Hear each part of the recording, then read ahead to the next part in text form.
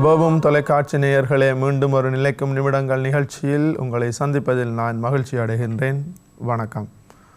அன்பான தொலைக்காட்சி நண்பர்களே, வழமை போல ஒவ்வொரு வாரமும் நாங்கள் புனிதர்களை பற்றி, திருமறையின் உண்மைகள் பற்றி அறிகின்றோம்.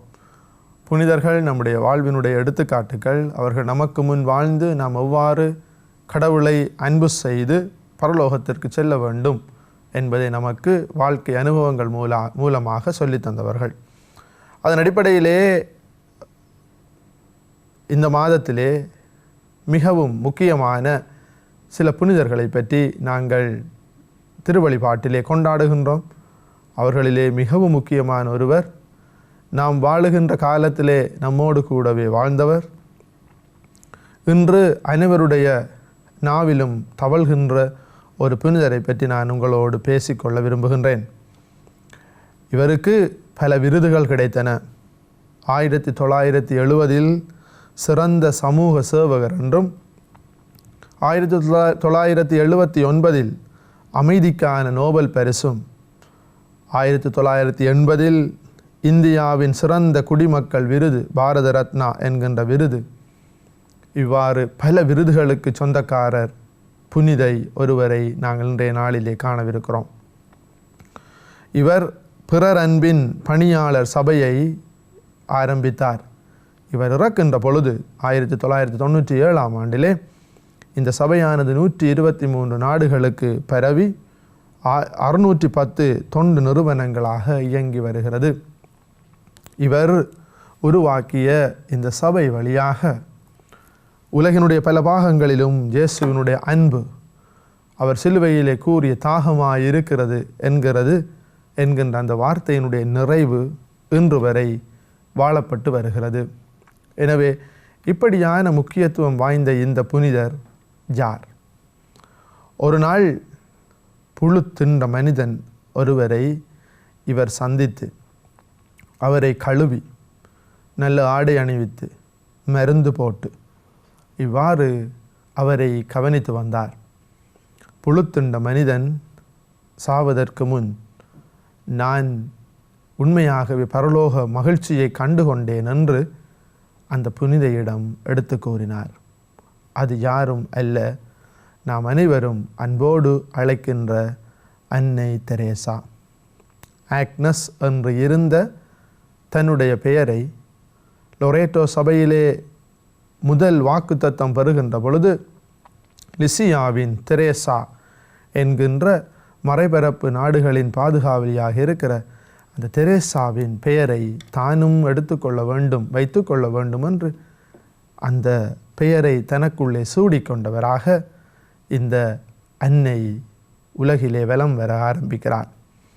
அன்பான உறவுகளே, இதை பார்க்கிறவர்களே, நாம் ஒரு புனிதனுடைய வாழ்க்கை முறையை, அவர் எங்கே பிறந்தார், எங்கே வளர்ந்தார் என்பது அல்ல முக்கியம். மாறாக அவருடைய காலடி தடம், அவருடைய ஆன்மீகம் எப்படிப்பட்டதாக இருந்தது என்பதை நாம் தியானிப்பது தான் இந்த நிகழ்ச்சியினுடைய முக்கிய விடயமாக, அங்கமாக இருக்க வேண்டும். அதன் அடிப்படையில் அவருடைய இளமை பருவத்தை பார்த்தால் 1910 ஆவணி மாதம் 26 பிறக்கிறார். ஆனால் 27 அவருக்கு ஞானஸ்தானம் கொடுக்கப்படுகிறது. இவர் கூறுவார், ஞானஸ்தானம் பெற்ற நாளை நான் பிறந்த நாள் என்று கூறி 27 தான் தன் பிறந்த நாள் என்று சொல்லி வந்திருக்கிறார். அன்னை 1997 9ஆம் மாதம் புரட்டாதி மாதம் 5ஆம் திகதி தன் 87வது வயதிலே இறைவனை தரிசிக்க செல்கிறார். ஏற்கனவே நான் கூறியது போல இவருடைய இயற்பெயர் ஆக்னஸ். இவருடைய பெயருக்கு ஆக்னஸ் கோன்ஷா போஜாஜியு என்கின்ற இவருடைய பெயருக்கு அல்பேனிய மொழியிலே ரோயா, அரும்பு என்று அர்த்தம். எனவே தன்னுடைய வாழ்க்கையிலே இந்த ரோயா பூ போன்று அழகிய வாழ்க்கையை வாழ்ந்து, இன்றும் வாழுகின்ற பொழுதே புனிதை, வாழும் புனிதை என்கின்ற பெயரை பெற்ற அருமையான ஒரு புனிதை நாம் இன்று தியானிக்கின்ற அன்னை தெரேசா. இவ்வாறாக தன்னுடைய தந்தையார் அரசியல் வேலைகளில் ஈடுபடுகிறார். அவரை 8 வயதிலே இறந்து விடுகிறார். தாயார் இவரை நல்ல கத்தோலிக்கராக வளர்த்து வருகிறார். இவ்வாறு இருந்து வருகின்ற வேளையிலே மறைபரப்பு பணியாளர்களினுடைய சேவையினால் ஈர்க்கப்பட்டு தானும் ஒரு துறவியாக வர வேண்டும் என்ற ஆசை. எனவே 12 வயதிலே துறவரம் போடுகிறார். 12 வயதிலே துறவரம் பூண்பதற்கு இவர் ஆசை கொள்ளுகிறார். 18 வயதிலே வீட்டை விட்டு லொரேட்டோ சகோதரிகளினுடைய சபையிலே இணைந்து கொள்ளுகிறார். அதன் பின் இறக்கும் வரை கிட்டத்தட்ட 70 வருடங்களாக தன்னுடைய பெற்றோரையோ குடும்பத்திலே உறுப்பினர்களையோ இவர் காணவில்லை. ஆங்கிலம் கற்பதற்காக லொரேட்டோ கன்னியர் மடத்து அயர்லாந்திற்கு அனுப்பப்படுகிறார். அங்கே கல்வி கற்று 1929ஆம் ஆண்டு இந்தியாவிலே இருக்கின்ற இமயமலை அருகிலே இருக்கின்ற இவர்களுடைய சபை மடத்திற்கு அனுப்பி வைக்கப்படுகிறார். அங்கே தன்னுடைய துறவற வாழ்வினுடைய முதல் நிலையை ஆரம்பிக்கிறார். அங்கேதான் இவர் பெயரை மாற்றம் செய்கிறார். 1931ஆம் ஆண்டிலே தெரேசா என்ற நாமம் பெறுகிறார். 6 வருடங்களின் பின் 37ஆம் ஆண்டிலே இவர் இறுதி வாக்குத்தத்தம் பெற்றதோடு அங்கே கல்வி பணியை ஆரம்பிக்கிறார். இந்நாட்களில்தான் உலகிலே மாபெரும் கொடிய யுத்தம், 2ஆம் உலக யுத்தம் நிகழ்கிறது. இந்நாட்களிலே வறுமை, பிணி, பஞ்சம், அது மாத்திரமில்லாமல் வன்முறைகள், மத வன்முறைகள், இந்து மதம், முஸ்லீம் மதங்கள், இவ்வாறான வன்முறைகள் அதிகரித்த காலம். எனவே தன்னுடைய சேவை நிச்சயமாகவே வறுமையிலும் ஏழ்மையிலும் பசியிலும் பட்டினியிலும் நோயிலும் வாடுகிறவர்களுக்கும் வன்முறை கலாச்சாரத்தால் அழிந்து போகிறவர்களுக்கும் தேவை என்பதை அன்னை உணர்ந்து கொண்டதாக அன்னை தன்னுடைய நாட்குறிப்பேடுகளிலே குறிப்பிடுகிறார். அது மாத்திரமில்லாமல் அவருடைய வாழ்க்கையினுடைய முக்கிய தருணம் பற்றி அன்னை இவ்வாறு சொல்லுகிறார். செப்டம்பர் மாதம் புரட்டாதி மாதம் 10ஆம் நாள் கல்கத்தாவில் இருந்து தெரேசா இமயமலை அருகிலே இருந்த டார்ஜிலிங் என்கின்ற அவருடைய கன்னியர் மடத்திற்கு பயணம் போகின்றார்.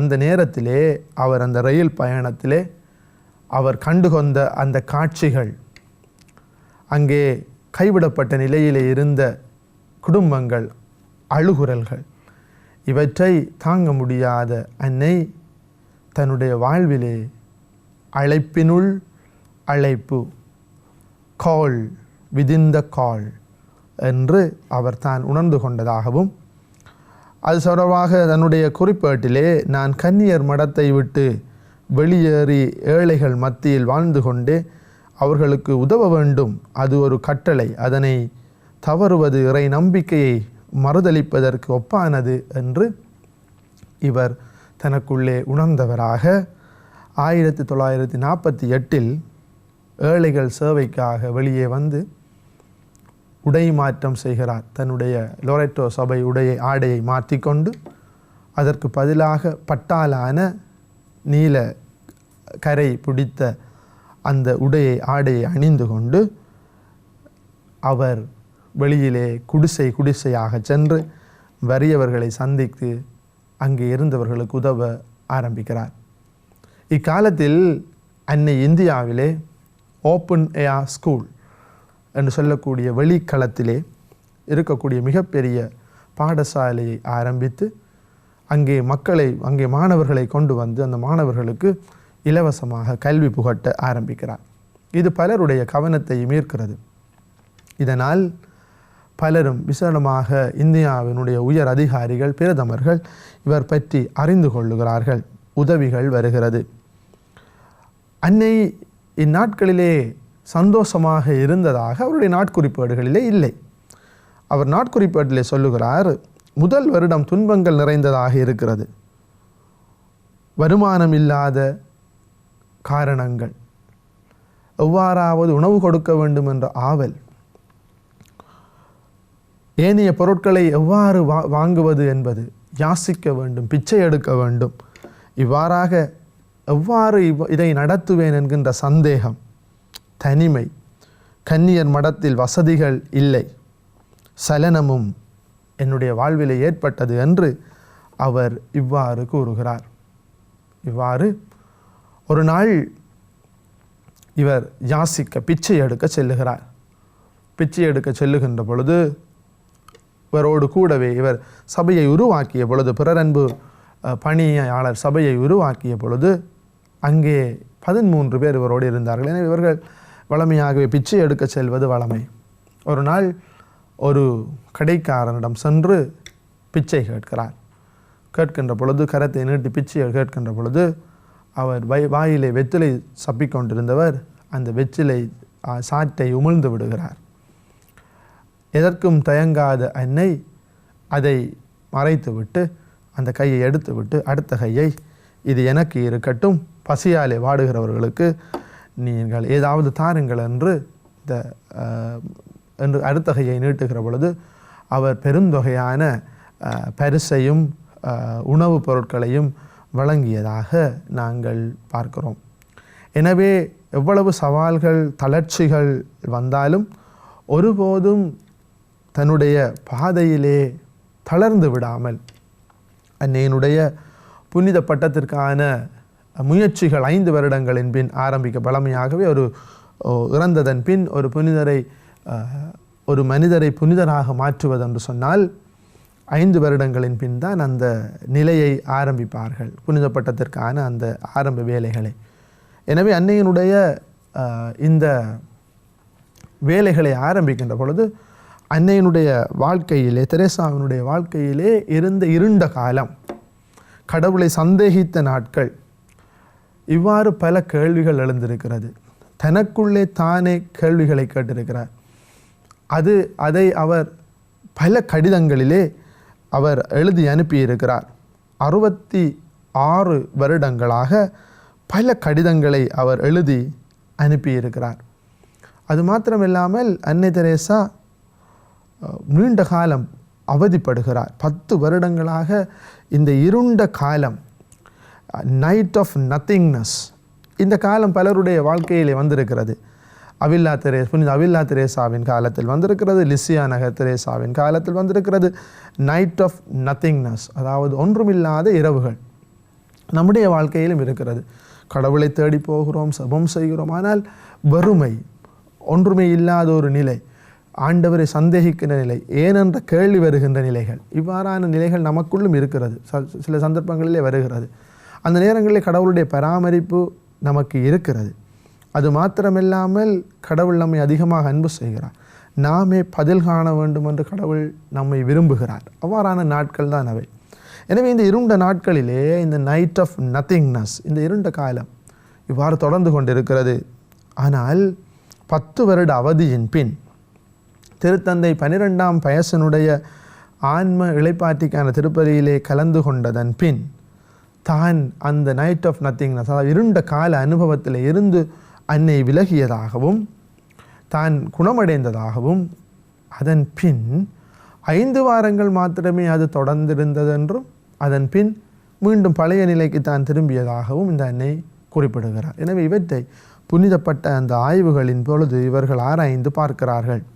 ஆனால் அதற்கு அந்த நேரத்திலே பொறுப்பாக இருந்த அருட்தந்தை சொல்லுவார், வத்திக்கானிலே பொறுப்பாக இருந்த அருட்தந்தை, இது உண்மையிலேயே இருண்ட காலம் இல்லை, மாறாக அன்னை தன்னை ஆண்டவருக்குள்ளே அதிகமாக அர்ப்பணித்த நாட்கள். ஒரு நாள் ஒரு மனிதர் அன்னையிடம் கேட்பார், இவ்வளவு காரியங்களையும் செய்வதற்கு உமக்கு சக்தி எங்கே இருந்து வந்தது என்று கேட்கிற பொழுது அன்னை நற்கருணை ஆண்டவரை கூட்டி கொண்டு போய் காட்டியதான ஒரு சம்பவம் இருக்கிறது, நாம் அறிந்திருக்கிறோம். எனவே இவ்வாறு அன்னை தெரேசா தன்னுடைய வாழ்க்கையிலே கடவுளுக்கு முன்னுரிமை கொடுத்து ஆண்டவர் இயேசுவினுடைய பிரசன்னத்துக்கு அவர் சொல்லுகிறார், திருச்செபமாலை, இயேசுவினுடைய இருதய பக்தி, திருப்பலி, நற்கருணை சந்திப்பு, இவ்வாறான விடயங்களை என் வாழ்வில் அதிகமாக எனக்கு இந்த பிறரன்பு பணியிலே பாதையிலே செல்வதற்கு உதவியது என்கிறார்.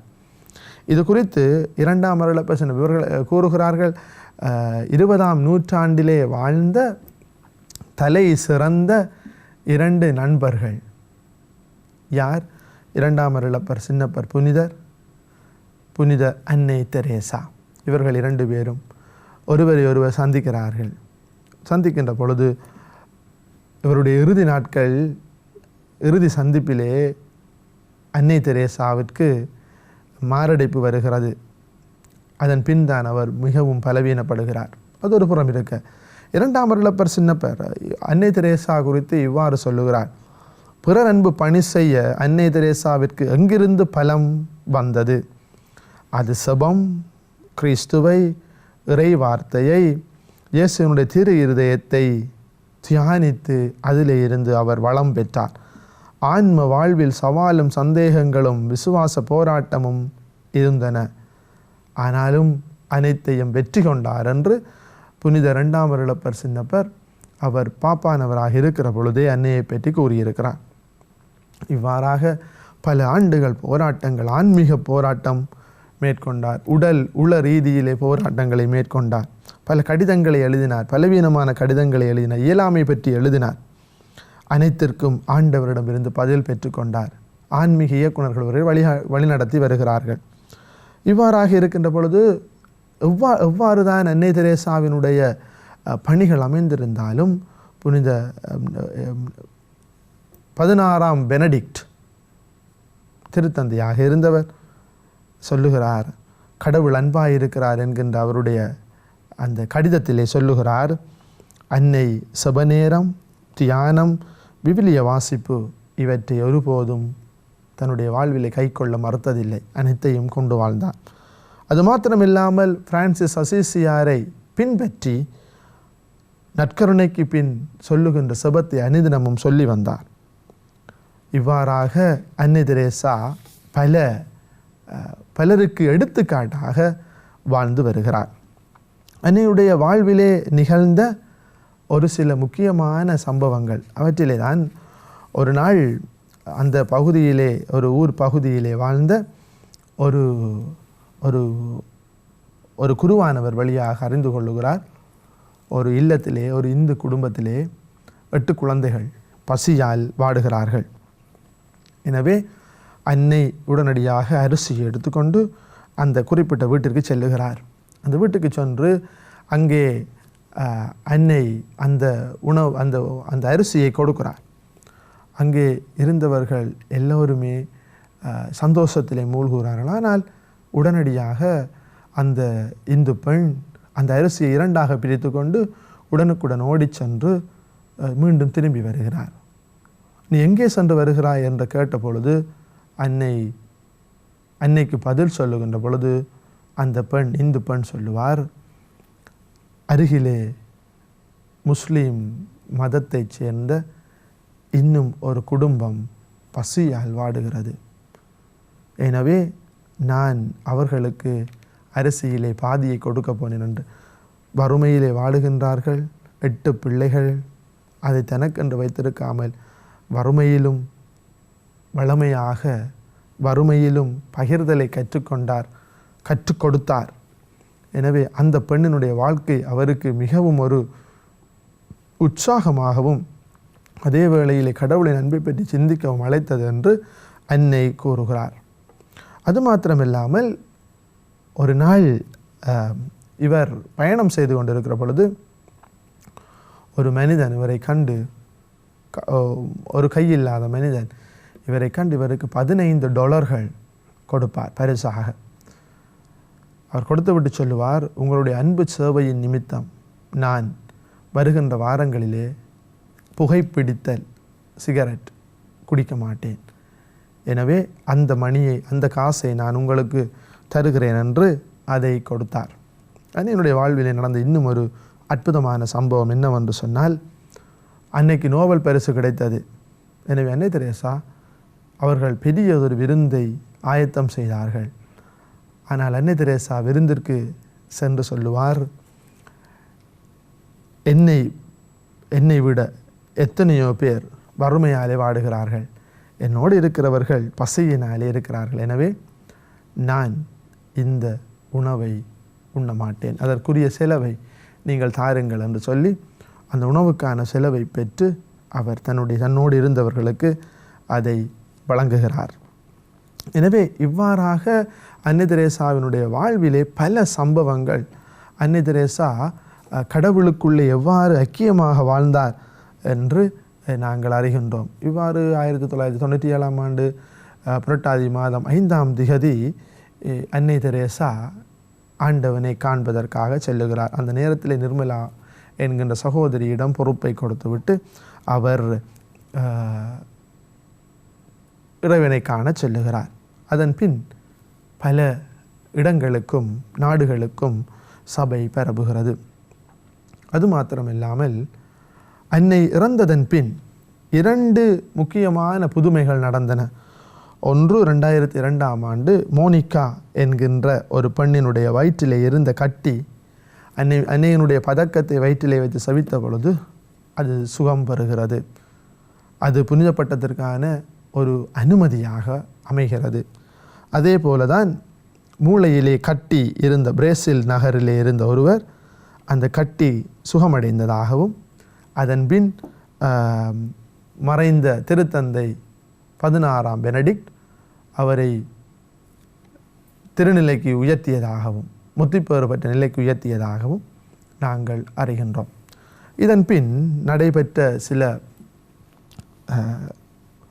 புனிதப்பட்டத்திற்கான தேடல்களின் அடிப்படையிலே அன்னை தெரேசாவை 2015ஆம் ஆண்டிலே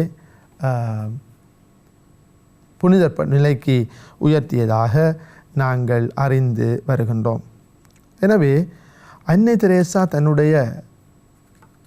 தன்னுடைய பயணம் முழுவதும் நமக்கு சொல்லித் தருவது என்ன? அவருடைய சில முக்கியமான வார்த்தைகள், மேற்கோள்கள். கருவுற்றால் நீ ஒரு குழந்தைக்கு மட்டும்தான் அன்னையாக முடியும். கருணையுற்றால் 1000 குழந்தைகளுக்கு கூட அன்னையாக முடியும். அன்புதான் உன் பலவீனம் என்றால் இந்த உலகில் மிகச்சிறந்த பலசாலி நீதான். அன்பை மட்டும் கடன் கொடுங்கள், அது மட்டுமே அதிக வட்டியுடன் திரும்ப கிடைக்கும். கண்ணுக்கு தெரிந்த மனிதனை மதிக்காவிட்டால் கண்ணுக்கு தெரியாத கடவுளை மதிப்பதும் பயனில்லை. வெறுப்பது யாராக இருந்தாலும் நேசிப்பது நீங்களாக இருங்கள். இரக்கத்தான் பிறந்தோம், அதுவரை இரக்கத்தோடு இருப்போம். இவ்வாறு அன்னையினுடைய இந்த அற்புதமான வார்த்தைகள் நம்முடைய ஆன்மீக வாழ்வுக்கு, கிறிஸ்தவ வாழ்வுக்கு உதவி செய்கிறது. இவருடைய வாழ்க்கையிலே பல கேள்விகள் இவருக்கு வந்தன, எதிர்ப்புகள் வந்தன. எவ்வாறு என்று சொன்னால், இந்த பணங்களை எல்லாம், கிடைக்கின்ற உதவிகளை எல்லாம் தப்பாக பயன்படுத்துகிறார், இயேசுவை அறிவிக்க பயன்படுத்துகிறார் என்று. ஆனால் அன்னை சொல்லுவார், நான் இயேசுவை துன்புறுகிறவர்களிலே காணுகிறேன் என்று. அன்பான சகோதரங்களே, இவ்வாறான இந்த அன்னையினுடைய வாழ்க்கை சரித்திரத்தை பற்றி சிந்திக்கிற பொழுது அவர் எங்கே பிறந்தார், எங்கே மறைந்தார் என்பது அல்ல, தன்னுடைய வாழ்க்கையிலே இறை அழைத்தலுக்குள்ளும் ஒரு அழைத்தலை உணர்ந்து கொண்டு ஏழ்மை, வறுமை, துன்பம், நோய், தொழுநோய், முதுமை, இந்த பிடிக்குள்ளே இருக்கிறவர்களுக்கு வாழ்வு கொடுத்தார். நம்முடைய குடும்பத்திலே, சமுதாயத்திலே, பங்கிலே, நாட்டிலே, பயணிக்கின்ற இடங்களிலே முதுமை, வறுமை, ஏழ்மை, பசி, பட்டினி, நாம் நாளாந்தம் உணவை வீசி அறிகிறோம். நீர், மின்சாரம் இவற்றை கவனயீனமாக பயன்படுத்துகிறோம். ஆனால் வறுமை, ஏழ்மை இவையெல்லாம் சொல்லித் தருவது என்ன? நாங்கள் இவற்றையெல்லாம் கவனமாக பாவித்து பிறரோடு பகிர்கின்ற பொழுது நாங்களும் ஒரு நாள் அன்னை தெரேசாவாக மாறலாம். இறுதியாக, வெறுப்பது யாராக இருந்தாலும் நேசிப்பது நீங்களாக இருங்கள் என்ற அன்னையினுடைய வார்த்தைகள், இரக்கத்தான் பிறந்தோம் அதுவரை இரக்கத்தோடு இருப்போம் என்ற அன்னையின் வார்த்தைகள் நமக்கு பலமாகட்டும். அன்னை தெரேசா நமக்காக பரிந்து பேசுவாராக. அவருடைய வாழ்க்கை முறையை பின்பற்றி நாமும் ஒரு அன்னை தெரேசாவாக மாறுவோம். மீண்டும் ஒரு நிகழ்ச்சியில் சந்திக்கும் வரை உங்களிடமிருந்து விடைபெறுகிறேன். நன்றி, வணக்கம்.